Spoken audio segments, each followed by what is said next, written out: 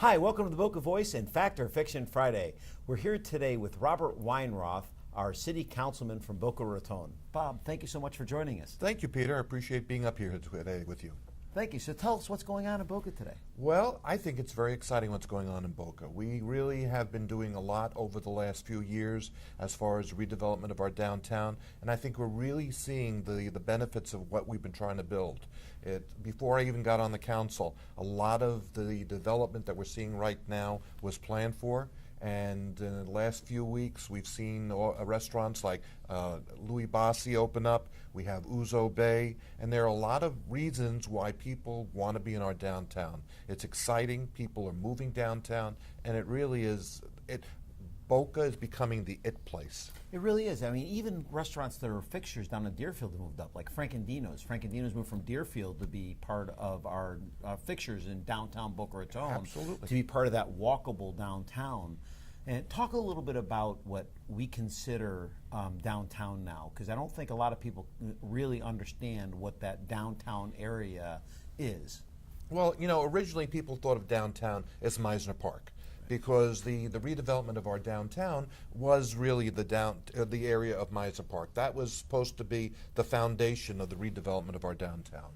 So downtown Boca Raton starts at Mizner Park, but then it moves beyond there. We have the Royal Palm Place, we have the area where Chops is, we have the area where we see Sanborn Square. You go up north a little bit, you have the museum, and there's a lot of downtown. In fact, even the area where the City Hall is right now is considered downtown. It's part of the redevelopment area, and in fact, the City Council is looking at the downtown campus of our City Hall as a potential for our next redevelopment.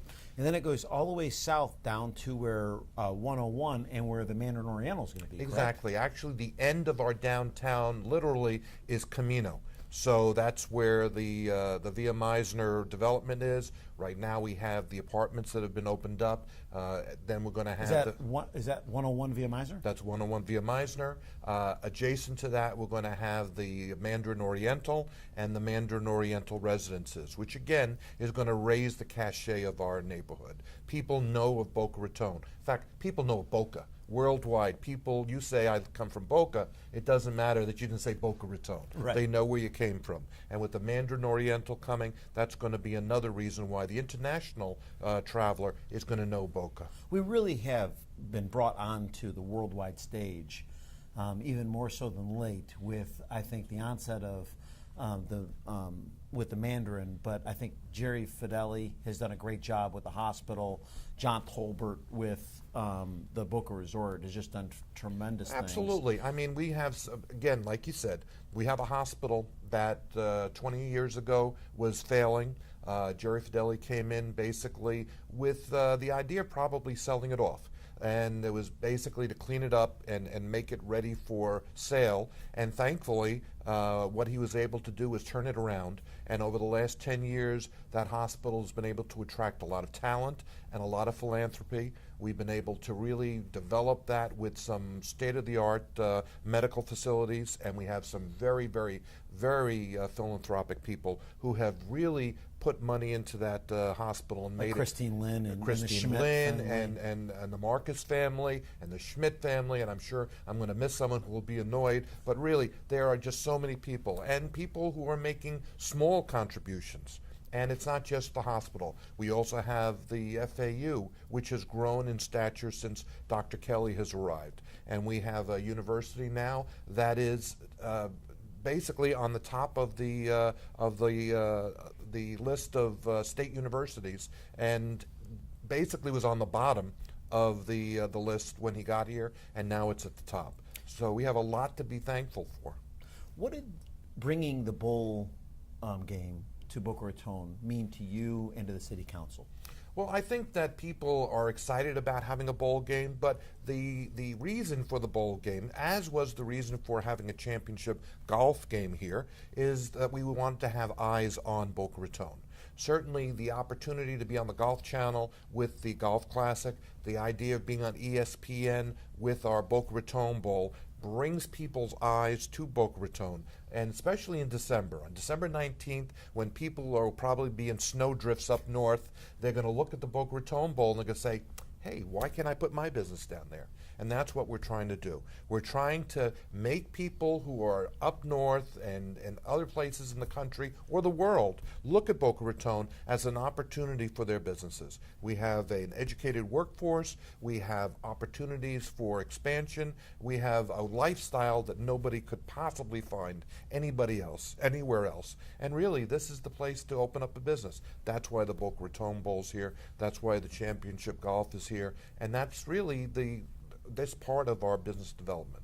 And I know with these new hotels coming up, like the Hyatt that just opened up with Louis Bossi as a fixture in the bottom, as well as the Mandarin and the resort servicing all of that, it made it very easy for the Bowl to come in here. Absolutely. In fact, for a long time, the Boca Resort has been the mainstay of our attraction for tourists, and it will continue that way. A lot of convention business is attracted by the resort. But having the Hyatt and having the Mandarin is actually going to give us additional capacity. It's going to enable us to take larger conventions coming here. And also, the Hyatt is really for the business traveler. We now have a downtown hotel that's going to attract our business traveler, and then the Mandarin is going to be the international traveler. And I would expect that you're going to see a lot of people from the Orient coming here and using the Mandarin, just as a lot of our travelers will go to Europe and look for a Marriott or something like that. So I think that you're going to see these are going to continue to raise the cachet of our city. People are going to recognize the city as an international marketplace. We have at our airport, at the Boca Raton Airport, we're going to have a customs facility in a few months. Which I think is absolutely phenomenal, by the way. Absolutely. And this is going to be another game changer, because right now, if you're flying in here and you're on a corporate jet, you have to stop in either Fort Lauderdale or Palm Beach to check in and clear customs. And then you can come into Boca. That's your final destination. But to have that second up and down, to have that operation is really dangerous. And you're dealing with pilots that are fatigued. And to be able to come straight into Boca, this is going to make it much more of a place, a destination for people to have their office. People like the president of Office Depot, to be able to come in, fly in on his jet, and be at his office probably within 10 minutes. I mean, that's the kind of thing that we can offer to executives that are looking at Boca Raton as a place to have their office. That's phenomenal. Let's talk a little bit about the walkable downtown. It's great. I was actually, when it's sunny outside, you can tell the weather is still not cooperating. That's very why well. you put these shades down here, so we shouldn't see those dark clouds. But over the weekend, on Saturday evening, we actually did walk downtown a little bit, and it's great to be able to see people enjoying downtown. Well, it's really exciting, and one of the things that we as members of the council do is we're on a lot of regional planning groups, and the mayor and I are on something called the MPO, the Metropolitan Planning Organization. And the charge of the Metropolitan Planning Organization is to plan out what you're talking about, making streets walkable. And we call it complete streets. And the emphasis going forward is not necessarily to widen streets so you can make them bigger so you can have more cars on them, but to even think about making them more restrictive for auto passengers and automobiles going up and down your downtown, and making facilities available for bicyclists, for pedestrians, putting in circulators. And the idea is ultimately that people shouldn't even have to take their car out. We have a lot of people moving downtown. We want them to enjoy our downtown, but we don't want them to have to take their car out of their reserved spot and drive it over to Mizner Park and look for a parking place. We want to leave those available for people that are coming in from the west, the east, the north, well, not the east, but the north and the south, and really to enjoy our city. So, Sure. Yeah, I think that our city is becoming a city that you're going to enjoy wandering around, going to the restaurants, going to the museum, and going to theater, and really it's maturing, and it's very exciting to watch. It wasn't so long ago, I'm only talking 5 or 6 years ago, that retail was really failing on Federal Highway. not only retail, but small businesses. I mean, really, you would go up and down the Federal Highway, you'd go really in many of the side streets, and you'd see a lot of openings, a lot of vacant storefronts. And I think you're seeing that change now. I think you're seeing restaurants that are seeing the vitality. We were excited when Lord & Taylor came back. When they opened up their store at the end of Mizner Park, that was something that was exciting to us. And they did that in anticipation of what's going on right now. You're going to have, Tower 155 just a block from there. You're going to have Via Mizner. You have a lot of development. You have people that are living in our downtown. And they're looking to, again, avail themselves of the shopping, avail themselves of the theater, of the restaurants, of the small businesses, and it's vibrant.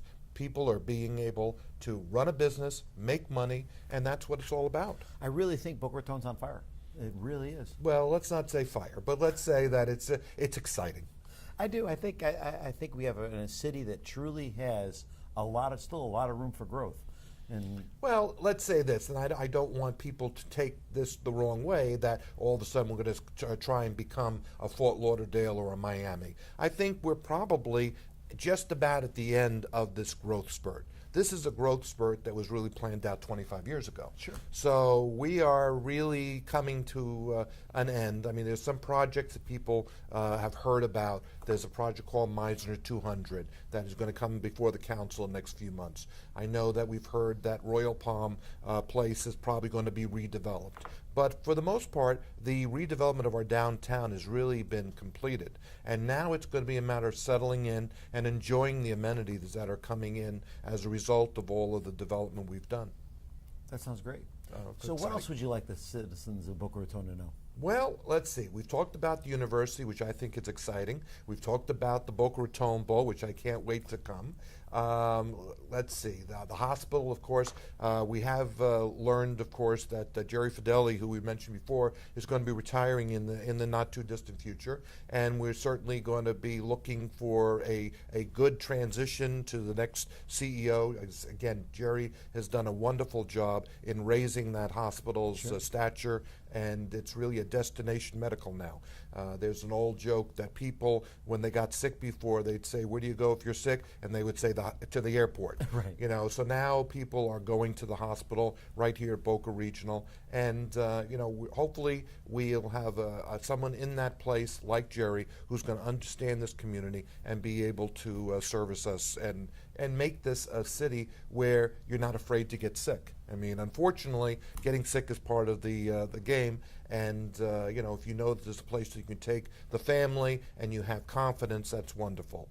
And really, our city has developed so nicely. I think that the problems that we're having, and certainly congestion, is something that people are pointing to as taking a little bit of away from the quality of life. We're going to address that. The City Council has brought in some planners from the Treasure Coast Planning. They're going to help us identify ways to make the flow of traffic easier. As I said, the MPO is planning for the future. And also, I'm on the PalmTran Service Board, and one of the things I'm trying to do with PalmTran is have them emphasize cities like ours that have urbanized and need more things for public transportation, again, to get people out of their cars, get people safely and conveniently to the destination, whether it's work, whether it's school. And all these things are working together to make this place the best place to live. Where else can you live where, you have beaches, you have 5 miles of public beaches, you have all sorts of recreation amenities, everything that you would want, everything that people come for vacation, we have year-round. It's a perfect place to live. Well, listen, I think you're doing a great job. I think the City Council's doing a great job. I appreciate all you do for the city. Well, I thank you. Thank you very much. We look forward to seeing you again soon. Thank you for joining us on the Boca Voice and Fact or Fiction Friday. Please join us again next week on Fact or Fiction Friday, and don't forget to follow us online and on Facebook. Thank you, Robert. Thank you, Peter. We appreciate it.